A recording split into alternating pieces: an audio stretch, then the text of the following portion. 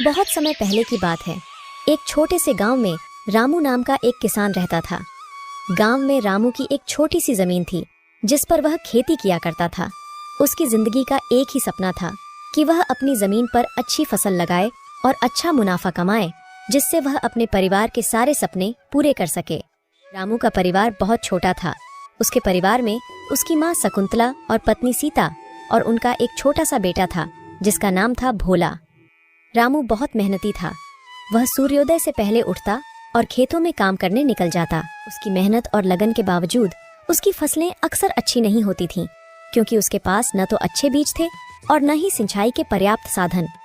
फसलों की सिंचाई के लिए रामू को ज्यादातर वर्षा पर ही निर्भर रहना पड़ता था। फिर भी रामू अपनी स्थिति से संतुष्ट था और हमेशा भगवान का धन्यवाद करता था। उसी गांव में एक अमीर सेठ भी रहता था जिसका नाम सेठ धनराज था। सेठ धनराज बहुत लालची और निर्दयी था। उसने गांव के कई गरीब किसानों की जमीनें अपने नाम करवा ली थीं और उन पर ब्याज का भारी बोझ डाल दिया था। एक बार गांव में सूखा पड़ गया। कई महीनों तक बारिश नहीं हुई और किसान परेशान हो गए। रामू की भी फसलें सूख गईं और उसके पास खाने को कुछ भी नहीं बचा। उसकी स्थिति दिन पर दिन खराब होती जा रही थी।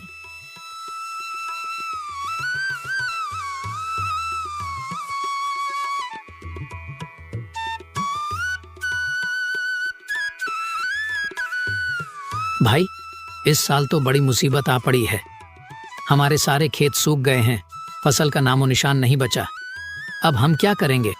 हाँ रामू, मेरी भी सारी फसल बर्बाद हो गई। बच्चों के खाने के लिए अनाज तक नहीं बचा है। समझ में नहीं आ रहा कि इस संकट से कैसे निपटेंगे। सरकार ने तो कुछ मदद का वादा किया था, लेकिन अब तक कुछ नहीं हुआ। हमें कुछ करना होगा, वरना भूखे मर जाएंगे। मुझे लगता है हमें सेठ जी से मदद मांगनी चाहिए। हम किसानों की इस स्थिति के बारे में तो सेठ जी को भी पता जरूर होगा। चलो सेठ जी से बात करके देखते हैं, शायद वह हमारी कुछ मदद कर सके। रामू भाई, सेठ जी के पास तो गलती से भी मत चले जाना। एक नंबर का लालची इंसान है। अभी हरिया ने कुछ दिन पहले ही सेठ जी से कुछ पैसा ब्याज पर उधार लिया था और उस सेठ ने हरिया का ब्याज इतना ज्यादा कर दिया कि वह चुका नहीं पाया और ब्याज न चुका पाने के कारण उस धनराज ने उसकी जमीन जब्त कर ली। फिर हम क्या करेंगे? अभी तो हमारे पास बिल्कुल पैसे नहीं बचे हैं। घर में खाने के लिए राशन तक नहीं है। अब जो भी हो, अभी तो बस एक सेठ जी ही सहारा है। उनसे अभी कुछ पैसे मांग लेते हैं, बात की बात बाद में देखेंगे। देखो रामू, मेरा मकसद था तुम्हें सतर्क करना। अब तुम जो भी करो, आगे तुम्हारी इच्छा। मुझे लगता है हमें मिलकर गांव की पंचायत से बात करनी चाहिए। शायद वे कोई उपाय निकाल सकें। सही कह रहे हो सामलाल, एकजुट होकर ही हम इस समस्या का सामना कर सकते हैं। अगर हम सब मिलकर पंचायत के पास जाएं और अपनी स्थिति बताएं तो शायद कोई हल निकल आए। ठीक है, तो फिर कल सुबह ही हम सब पंचायत के पास चलेंगे और हमें सरकार की योजनाओं के बारे में भी पता करना चाहिए। हो सकता है हमें कोई राहत मिल जाए। अगले दिन सभी किसान भाई मिलकर पंचायत पहुंचते हैं, मगर वहां पता चलता है कि अभी जमींदार साहब गांव में नहीं है, तो अभी 1 महीने तक गांव में कोई पंचायत नहीं हो सकती। यह सुनकर सभी किसान निराश मन से अपने अपने घर आ जाते हैं।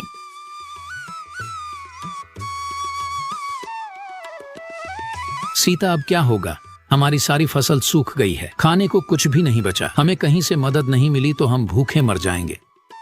आप ज्यादा चिंता मत करो, भगवान ने हमें अब तक संभाला है, आगे भी वह हमारी मदद करेंगे। हमें धैर्य रखना होगा। सीता, मैंने सेठ धनराज से कर्ज लेने का सोचा है। शायद वही हमारी मदद कर सके, लेकिन मुझे डर है कि उनकी शर्तें बहुत कठोर होंगी।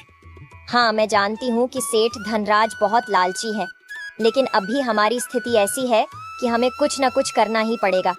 तुम सेठ धनराज से बात कर लो, शायद कोई रास्ता निकल आए। ठीक है, मैं कल सुबह ही सेठ धनराज के पास जाऊंगा। बस भगवान से यही प्रार्थना है कि वह हमें इस संकट से निकाल दें। आखिरकार भूख से मजबूर होकर रामू ने सेठ धनराज से मदद मांगने का निश्चय किया। आओ आओ रामू, क्या हाल है? सुना है तुम्हारी फसलें इस साल बुरी तरह सूख गई हैं। हाँ सेठ जी, इस साल सूखे के कारण हमारी फसलें पूरी तरह से नष्ट हो गई हैं। हमारे पास खाने को भी कुछ नहीं बचा। मैंने सोचा कि आपसे कुछ मदद मांगूं। मदद? हाँ, क्यों नहीं, लेकिन मदद के बदले में मुझे भी कुछ चाहिए। तुम्हारे पास देने के लिए क्या है? सेठ जी, मेरे पास देने के लिए कुछ भी नहीं है, लेकिन मैं वादा करता हूँ जैसे ही मेरी फसल उपज जाएगी उन फसलों को बेचकर आए पैसों से मैं सबसे पहले आपसे लिया कर्ज भर दूंगा। देखो भाई रामू, ब्याज का मतलब होता है कि तुम्हें कुछ ना कुछ मेरे पास गिरवी रखना होगा। तुम्हारे पास तुम्हारी जमीन तो है, वह तुम मुझे गिरवी रख दो और बदले में ब्याज पर पैसे ले लो। ठीक है सेठ जी, जब तक मैं आपका पैसा नहीं लौटा देता मेरी जमीन आपके पास बंधक रहेगी। और हाँ, इस पेपर पर साइन कर दो। जब तक तुम मेरा पूरा कर्ज नहीं चुका देते तब तक तुम्हारी जमीन मेरे पास बंधक रहेगी, और अगर तुम कर्ज नहीं चुका पाए तो यह जमीन मेरी हो जाएगी। जी सेठ जी, मैं वादा करता हूँ कि मैं मेहनत करूंगा और जल्द ही आपका कर्ज चुका दूंगा। बस मुझे थोड़े बीज और कुछ खाने का सामान चाहिए। ठीक है रामू, मैं तुम्हें कुछ पैसे उधार दूंगा। ये लो, तुम्हारे लिए कुछ बीज और खाने का सामान। धन्यवाद सेठ जी। रामू उन कागजों पर अंगूठा लगा देता है।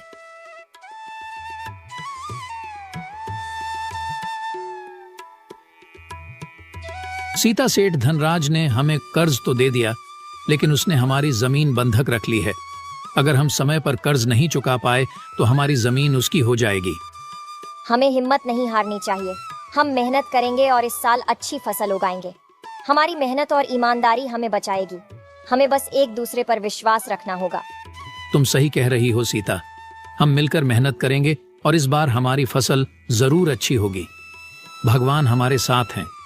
सीता, यह लो, इसमें कुछ बीज है और कुछ खाने का सामान। तुम अभी इन बीजों को संभाल कर रख दो। मैं कल सुबह उठकर सबसे पहले खेतों में बीज की रोपाई करूंगा और इसमें जो खाना है वह तुम सबके लिए निकाल कर ले आओ। अगले दिन से ही रामू खेतों पर कड़ी मेहनत करने लगता है। वह खेतों में बीजों की रोपाई और रोज सिंचाई किया करता था। कुछ ही महीनों में रामू की पूरी फसल पककर तैयार हो जाती है और अच्छे बीज होने के कारण रामू की काफी अच्छी फसल आती है। इस बार उसकी प्रार्थना भगवान ने भी सुन ली थी और गांव में इस बार जमकर बारिश हुई। खेतों की सारी फसलें लहलहा ही रही थीं। देखो सीता, हमारी फसल कितनी अच्छी हुई है। अब हम सेठ धनराज का सारा कर्ज चुका सकेंगे। हाँ जी, फसल तो हमारी बहुत ही अच्छी हुई है। हम आज से ही कटाई का काम शुरू कर देंगे और जल्दी से सारी फसलों को बेचकर आए पैसों से सबसे पहले सेठ जी के पैसे वापस कर कर अपनी जमीन छुड़ा लेंगे। सभी किसान बहुत खुश थे। रामू ने भी अपनी फसलों को बेचकर अच्छा मुनाफा कमाया और अब वह वक्त आ गया था जब रामू को सेठ जी से लिया कर्ज चुकाना था और अपनी जमीन को सेठ जी के पास से छुड़वाना था। सीता, फसलों को बेचकर हमें काफी अच्छा मुनाफा हुआ है। मैंने कहा था ना, हमारी मेहनत और ईमानदारी हमें बचाएगी। अब चलो जल्दी से सेठ का कर्ज चुकाकर अपनी जमीन वापस ले आएं। दोनों सेठ धनराज के घर जाते हैं। सेठ जी, यह लीजिए, आपके पैसे जो मैंने आपसे कर्ज लिया था उसका पूरा ब्याज मिलाकर ये पैसे हैं। अब आप हमें हमारी जमीन वापस कर दीजिए। यह तो बहुत ही कम पैसे हैं। तुम्हारा कर्ज अब पहले से भी ज्यादा हो गया है क्योंकि तुमने समय पर ब्याज नहीं चुकाया। अब तुम्हें और मेहनत करनी होगी। पर सेठ जी, आपने तो कोई निश्चित तारीख नहीं बताई थी। आपने तो कहा था कि जब पैसे आ जाए तो तुम यह जमीन छुड़वा सकते हो, और अब आप कह रहे हैं कि हमने समय पर ब्याज नहीं चुकाया। सेठ जी, मैं तो समय पर ही ब्याज देने आया हूँ। जैसे ही मेरी फसल पककर तैयार हुई मैं फसलों की कटाई शुरू कर दी और फसलों को बेचकर जो पैसे मिले उसे सीधा आपके पास ही लेकर आया हूँ। देखो रामू, इस कागज पर साफ साफ लिखा है, अगर तुमने 15 दिनों के अंदर ब्याज के लिए हुए पैसे वापस नहीं किया तो यह जमीन मेरी हो जाएगी, और अगर उसके बाद भी तुम्हें अपनी जमीन वापस चाहिए तो तुम्हें 20% और ब्याज देना होगा। यह अन्याय है। हमने पूरी रकम चुकाई है। आप हमारे साथ ऐसा नहीं कर सकते। यही सच है। अगर तुम्हें अपनी जमीन वापस चाहिए तो 20% ब्याज का पैसा लेकर आओ। अब जाओ और ज्यादा मेहनत करो। अभी तो हम जा रहे हैं सेठ धनराज जी, पर याद रखना मैं अपनी जमीन तुमसे वापस लेकर ही रहूंगी। तुम्हारी बेईमानी के बारे में मैं सारे गांव वालों को बताऊंगी कि किस तरह तुम गरीब और भोले भाले किसानों का फायदा उठाते हो। सीता और राम निराश मन से सेठ जी के घर से आ गए और सेठ जी द्वारा किए गए धोखे को गांव के सभी किसानों को बताया। ये बात सुनकर गांव के सभी किसान बहुत क्रोधित हो गए। यह सेठ धनराज अपने आप को समझता क्या है। अगर ऐसा ही चलता रहा तो देख लेना एक दिन यह सेठ हम सभी किसानों को ले डूबेगा। हमें सेठ के खिलाफ कुछ ना कुछ तो करना ही होगा।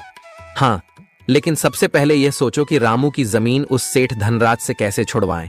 वह सेठ तो यह जिद करके बैठा है कि रामू 20% ब्याज और ज्यादा देगा तभी उसकी जमीन वापस करेगा। हमें पंचायत में जाकर इसकी शिकायत करनी चाहिए। अब तो जमींदार साहब भी घर आ गए होंगे। लेकिन मुझे लगता है एक बार हमें सेठ धनराज से भी बात कर लेनी चाहिए। अगर सेठ धनराज प्यार से मान जाता है तो ठीक, वरना फिर हम पंचायत में ही इसकी शिकायत करेंगे। सभी किसान मिलकर सेठ धनराज के पास पहुंच जाते हैं। सेठ धनराज जी, आपने रामू की जमीन को क्यों हड़प रखा है? आप उसकी जमीन वापस कर दीजिए। आपको रामू ने जब सारे पैसे दे दिए हैं तो आप उसकी जमीन वापस क्यों नहीं कर रहे हैं? तुमसे किसने कहा कि रामू ने सारे पैसे वापस दे दिए हैं? रामू ने बस कुछ पैसे वापस दिए हैं, बाकी ब्याज के पैसे देने अभी बाकी है। जब तक वह पैसे मेरे हाथ में नहीं आते रामू की जमीन वापस नहीं मिलेगी। देखिए सेठ जी, इतना तो हमें भी पता है कि आप ब्याज पर पैसे देने के बदले हम गरीब किसानों को बहुत भारी लूटते हैं। अगर आप रामू की जमीन सीधे सीधे वापस नहीं करेंगे तो हम पंचायत में जाएंगे, और अगर एक बार आपका नाम हमने पंचायत में दे दिया तो आपको भी पता है कि पूरे गांव में आपकी कितनी बदनामी होगी। तो आप सीधे सीधे अगर रामू की जमीन वापस कर सकते हैं तो कर दीजिए, वरना हम पंचायत में जाएंगे। पंचायत का नाम सुनकर सेठ धनराज थोड़ा घबरा जाता है। अगर यह बात पंचायत तक पहुंच गई तो पूरे गांव में मेरी बहुत बदनामी होगी। नहीं नहीं, मैं ऐसे होने नहीं दे सकता। लगता है इस रामू की जमीन वापस करनी ही पड़ेगी। एक काम करता हूँ, इसकी जमीन वापस कर ही देता हूँ। कम से कम गांव में मेरी इज्जत तो बनी रहेगी। अरे किसान भाइयों, इतना क्यों नाराज होते हो? एक जमीन ही तो है। ठीक है रामू, मैं तुम्हारी जमीन तुम्हें वापस करता हूँ और तुम्हें अब कोई ब्याज देने की भी जरूरत नहीं है। तुम्हारा ब्याज मैंने माफ कर दिया है। इस घटना ने रामू को सिखाया कि मेहनत और ईमानदारी से हर मुश्किल को पार किया जा सकता है। साथ ही गांव के लोगों ने भी सीखा कि एकता में बल होता है। रामू और उसका परिवार अब खुशी खुशी अपने खेतों में काम करते हैं और गांव के लोग भी मिलकर एक दूसरे की मदद करते हैं। इस प्रकार गरीब किसान रामू ने अपनी मेहनत, ईमानदारी और गांव की एकता से अपनी जमीन और इज्जत दोनों को बचा लिया।